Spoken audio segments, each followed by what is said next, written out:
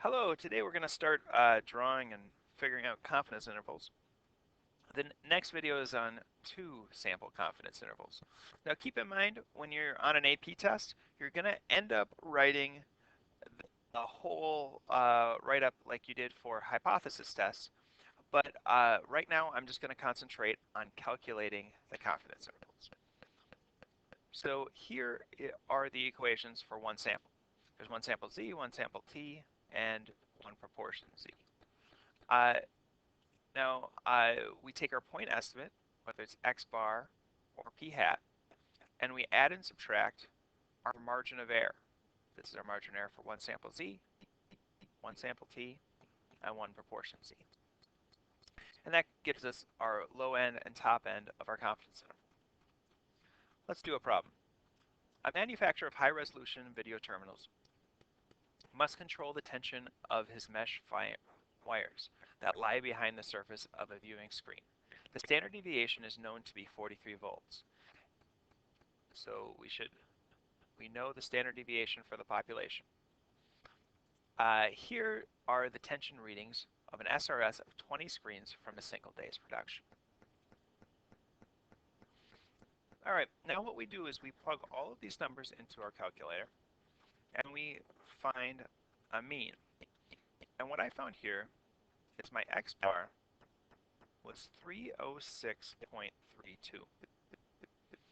And now, so we know our population standard deviation.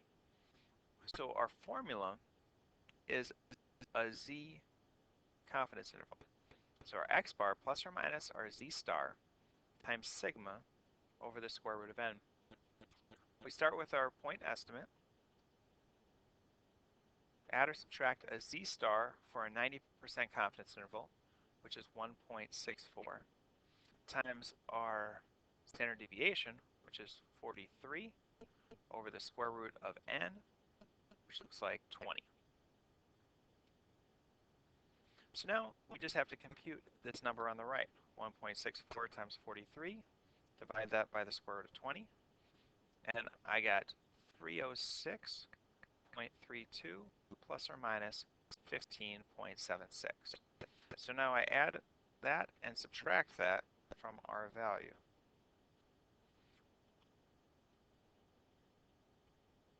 And I get our interval goes from 290.56 all the way up to 322.08. So if I would draw out a confidence interval, our point estimate is 306.3. Our bottom end is about 290.6, and our top end is about 322.1. So what this is we're trying to estimate the true mean, and we think that the true mean is somewhere between 290 and 322. All right, now let's do another one.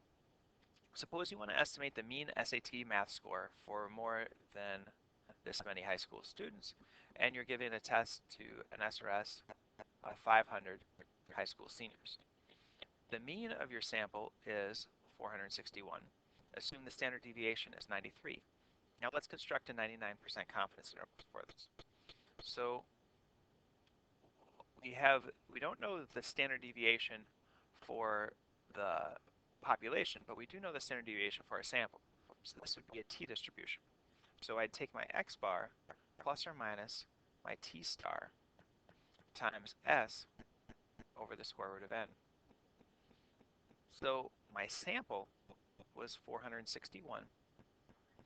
My t star, we'd have to go back and use our charts for t star. So if I have a 99% confidence interval, if it's 500, that's between 100 and 1,000. So we always go up. So 2.62 is what we'd use here. 2.62. If you have inverse t on your calculator, you'd get a slightly different number, but your answer should be close. It'd be more exact than this, but still close.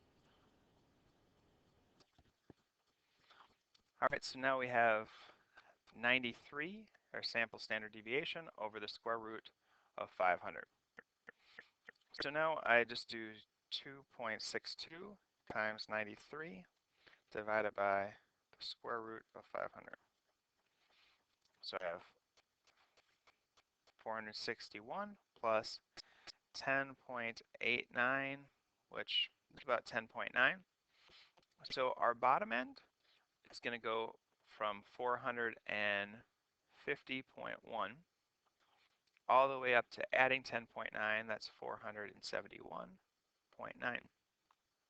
So that's the range. So if I drew my confidence interval, the point estimate is 461, and we think that the true mean is somewhere between 450.1 and 471.9,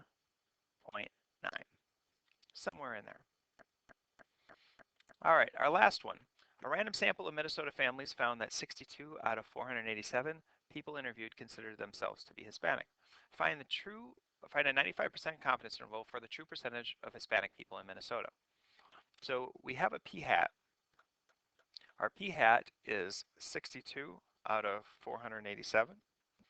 That's 0.127. And now to do this, we would take p-hat, our point estimate, plus or minus our z-star times our standard deviation, which is going to be your p-hat times 1 minus your p-hat over our n. So this would be 1.27 plus or minus our z-star for 95% confidence interval is 1.96 times the square root of our p-hat. This should be 0.127. 0.127.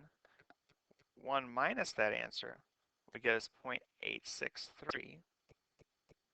0.873 all over n, which is 487. So when I do this, I would take 0.127 times our 0.873, divide that by 487, and I'd take the square root of that answer and multiply it by 1.96. And if I did all of that, my margin of error comes out to be 0.0295, so about 0.03. So my point estimate, 0.127, plus or minus 3%. So that's going to be anywhere from about 0.097 all the way up to 0.157. So our true proportion is probably between 9.7% and 15.7%. Hopefully you can do the on your own.